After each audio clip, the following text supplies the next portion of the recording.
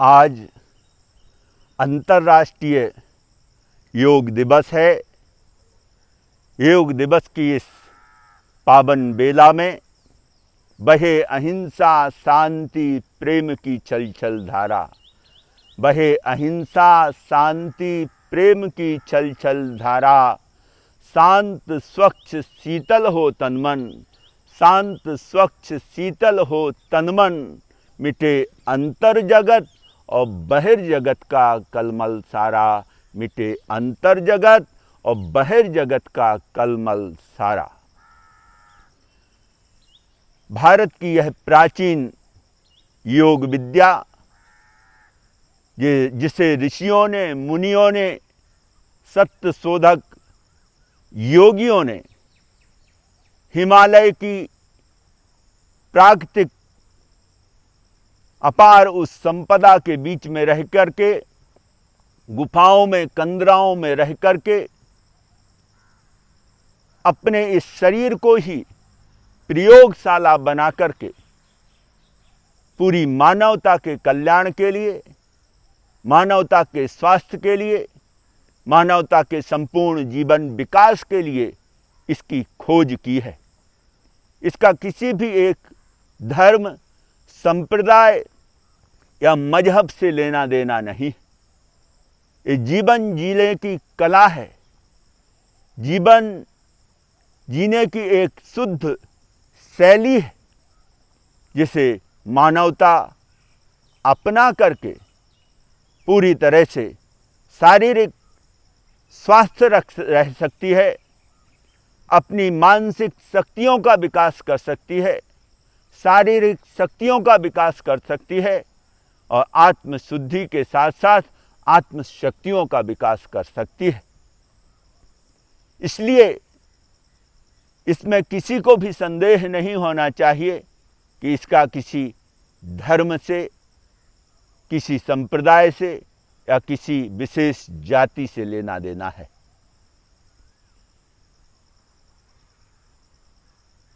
और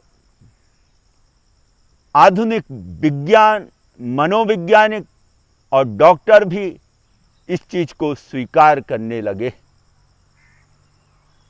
कि योग विद्या पूरी मानवता के स्वास्थ्य के लिए है,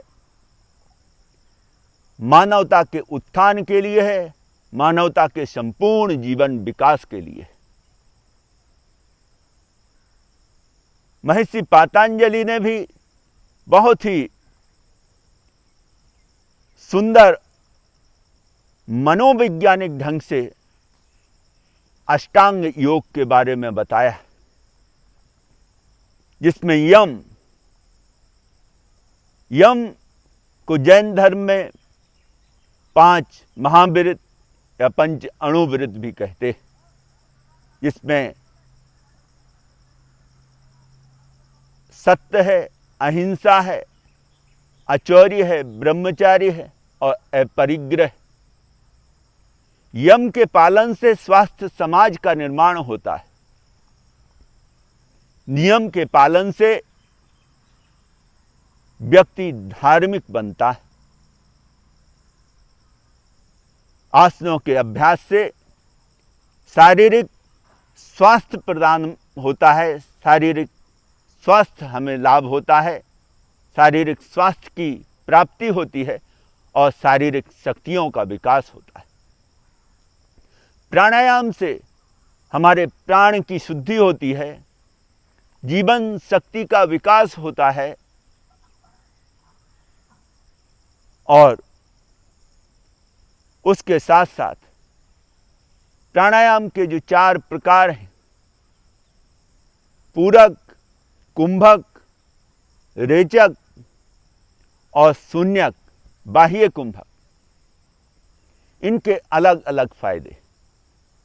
रेचक प्राणायाम से प्राण की शुद्धि होती है, पूरक प्राणायाम से प्राण पुष्ट होते हैं, कुंभक प्राणायाम से प्राण स्थिर होते हैं और शून्यक प्राणायाम से प्राण सूक्ष्म होते हैं।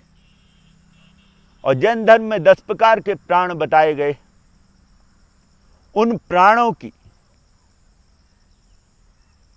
शक्तियों को, उनकी संवेदनशीलता को भी हम बढ़ा सकते हैं प्राणायाम का अभ्यास करके, प्राणायाम की साधना करके। 5 इंद्रिय बल प्राण हैं, फिर मन बल प्राण है, वचन बल प्राण है, काय बल प्राण है, श्वासोच्छ्वास बल प्राण है और आयुष्य बल प्राण है। इस प्रकार से जैन धर्म में, जैन धर्म के आचार्यों ने भी ये 10 प्राण बताए। और हमारे तीर्थंकरों की, जैन धर्म के जो तीर्थंकर हैं, उनकी जितनी भी आप प्रतिमाएं, मूर्तियां देखेंगे, वो किसी न किसी ध्यान मुद्रा में हैं। कोई पद्मासन में बैठे हुए हैं, किसी में वो कायोत्सर्ग मुद्रा में खड़े हुए ध्यान कर रहे हैं। और जैन धर्म के महान आचार्य भद्रबाहु स्वामी के जीवन में भी आता है कि वो भी नेपाल जब गए तो महाप्राण साधना के लिए गए, महाप्राण की साधना करने के लिए गए। ऐसे अनेक जैन धर्म में आचार्यों का वर्णन आता है। हरिभद्र सूरि ने योग बिंदु योग शतक लिखा है, उपाध्याय यशो विजय जी ने, चिदानंद महाराज ने, इन सभी लोगों ने योग पर अपने विचारों को, अपने भावों को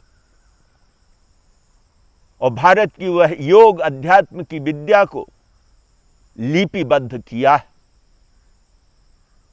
इस अवसर पर ज़्यादा न कहते हुए यही कहूँगा कि इस महान विधा को, इस वैज्ञानिक योग की पद्धति को, जो खाली विचारों की नहीं है, खाली चिंतन मनन का विषय नहीं है, ये साधना का और अभ्यास का विषय है।